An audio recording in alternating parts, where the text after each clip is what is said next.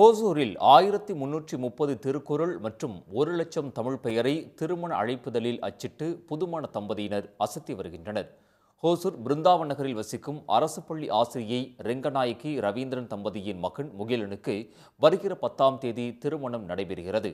மகனின் திருமண அழைப்புதலை எல்லோருக்கும் பயன்படுத்தும் வகையில் புத்தகமாக ரவீந்திரன் தயார் செய்துள்ளார். இந்த புத்தகத்தின் முதல் பக்கத்தில் மணமக்கள் பெயர், திருமணம் நடைபெறும் இடம், நாள் உள்ளிட்ட விவரங்கள் அடங்கிய திருமண அழைப்புதல் அச்சிடப்பட்டுள்ளது. அதைத் தொடர்ந்து திருக்குறள் மற்றும் விளக்க உரைகளும் புத்தகத்தில் இடம்பெற்றுள்ளன. 280 பக்கங்கள் கொண்ட இந்த புத்தக அழைப்புதலை 500 பேருக்கு வழங்கும் வகையில் அச்சிட்டுள்ளனர். 256 பக்கங்கள் கொண்ட மற்றொரு புத்தகத்தில் ஆண் மற்றும் பெண் குழந்தைகளுக்கு பெயர் வைக்க 1,00,000 தமிழ் பெயர்கள் இடம்பெற்றுள்ளன. வழக்கமாக அடிக்கிற அழைப்புதலோட வித்தியாசமாக இருக்கணும் அப்படிங்கிற வேண்டி இதை செஞ்சுருக்கோம். இதை ஆண் பெண் குழந்தைகள் பெயர்கள் வேறு இருக்குது.